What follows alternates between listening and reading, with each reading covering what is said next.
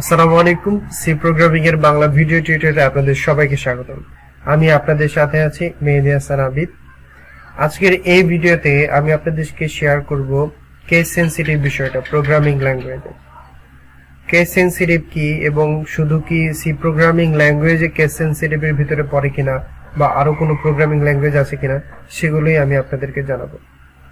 Case sensitive বিষয় জানতে গেলে অবশ্যই আপনাদেরকে যেটা জানতে হবে সেটা হচ্ছে সি প্রোগ্রামিং এ টোটাল 32 কিওয়ার্ডস আছে। এই কিওয়ার্ডস গুলো এমন ভাবে দেওয়া আছে যে আপনি এগুলো পরিবর্তন করতে পারবেন না। মানে যদি এগুলো স্মল লেটারে লেখা থাকে তাহলে আপনাকে স্মল লেটারে লিখতে হবে, যদি ক্যাপিটাল লেটারে লেখা থাকে তাহলে ক্যাপিটাল লেটারে লিখতে হবে। তার মানে ফাংশন গুলো, যে বিল্ট ইন যে ফাংশন গুলো এবং যে কিওয়ার্ড গুলো আছে সেগুলো আপনাকে যেভাবে দেওয়া আছে ঠিক সেভাবে লিখতে হবে। আপনি চাইলে একটু মাতাব্বরি করে যে সেন্টেন্সের ফার্স্ট লেটার ক্যাপিটাল লেটারে হয় তাহলে আমি ক্যাপিটাল লেটারে লিখি, বড় হাতে লিখি, এভাবে লিখলে হবে না। চলুন তাহলে ডিরেক্ট কোড ব্লকসে একটা এক্সাম্পল দেখা যাক।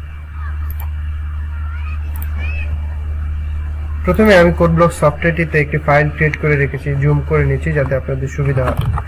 সেখানে আমি প্রোটোটাইপ হিসেবে হেডার ফাইল যেটা লেখা দরকার লিখে ফেললাম, main function printf hello, just hello লিখে রাখলাম with w।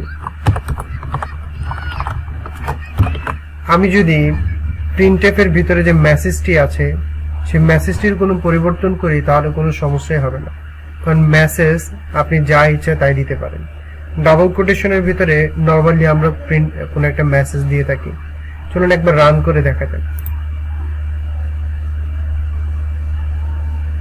রান করলে এখানে আমরা দেখতে পাচ্ছি হ্যালো, এবং এখানে মেসেজের ক্ষেত্রে কখনো কোনো কেস সেনসিটিভ বিষয় হয় না। আমি চাইলে ফার্স্ট ওয়ার্ডের যে বা সেন্টেন্সের যে ফার্স্ট লেটারটা আমি এটা স্মল দিয়েও শুরু করতে পারি, বাদ বাকিগুলো ক্যাপিটাল রাখতে পারি। That's not a big deal. তার মানে মেসেজের ক্ষেত্রে কোনো সমস্যা নেই। কিন্তু যদি ফাংশন অথবা আমি কোনো আইডেন্টিফায়ার বলতে ভেরিয়েবলের ক্ষেত্রে কিছু রেস্ট্রিকশন রয়েছে, সেগুলো প্রিভিয়াস ভিডিওতে আমি আপনাদেরকে দেখিয়েছি। যদি না দেখে থাকেন তাহলে বলবো যে একটু প্লে লিস্টে গিয়ে দেখে আসবেন। এই ক্ষেত্রে কিওয়ার্ডের ক্ষেত্রে আপনি পরিবর্তন করতে পারবেন না, বা ফাংশনগুলোর ক্ষেত্রে। সাপোজ আমি প্রিন্টএফ এর পিটাকে যদি ক্যাপিটাল লেটারে দেই তাহলে একটু রান করে দেখি।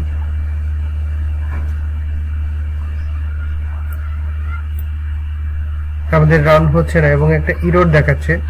এটা হচ্ছে বিল্ট ইন মেসেজ লগ বলে এটাকে। লগ পড়ার অভ্যাসটা অবশ্যই আপনার থাকতে হবে। লগ পড়ার অভ্যাস যদি আপনার থাকে তাহলে খুব সহজেই আপনি যে কোনো সমস্যা বা ভুল হলে নিচে এই লগের মেসেজের মাধ্যমে দেখতে পাবেন। এখানে আমাদেরকে বলা হয়েছে 4 নম্বর line, undefined reference to printf, এখানে বলে দিয়েছে পি বড় হাতে। ঠিক আছে, দ্যাটস ওয়াই ওরা একটা এরর দিয়েছে। তাহলে আমি পিটাকে ছোট হাতে দিলাম। যেহেতু আমি আপনাদেরকে বলেছি সি প্রোগ্রামের স্ট্রাকচার ভিডিওটিতে যে কোনো নামের পরে যদি প্যারেনথেসিস দেখেন তার মানে দ্যাট মিন্স এটা একটা ফাংশন। এখানে এবার আমরা যেটা করি সেটা হচ্ছে রিটার্নের আরটাকে বড় হাতের করে দিই। এবার বিল্ড করে দেখি। We have a error message. আমাদের একটি ভুল মেসেজ আসছে যে এরর রিটার্ন আনডিক্লেয়ার্ড, কারণ রিটার্ন নামের কোনো কিওয়ার্ড বা ভেরিয়েবল কোনো কিছুই এই প্রোগ্রামের ভিতরে নেই, যার কারণে এই প্রোগ্রামটি রান করতেছে না। আমি অবশ্যই হয়তো আপনাদেরকে বোঝাতে পারছি কিনা আমি জানি না। যদি বোঝাতে অসক্ষম হয়ে থাকে আমাকে কমেন্ট বক্সের মাধ্যমে জানাবেন। যে কেস সেনসিটিভ বিষয় হচ্ছে ঠিক যেভাবে আছে কিওয়ার্ডগুলো, ফাংশনগুলো আপনাকে ঠিক সেভাবে লিখতে হবে। পরবর্তী ভিডিওতে আবারও আপনাদের সাথে দেখা হবে। ভালো থাকুন, সুস্থ থাকুন। আসসালামু আলাইকুম।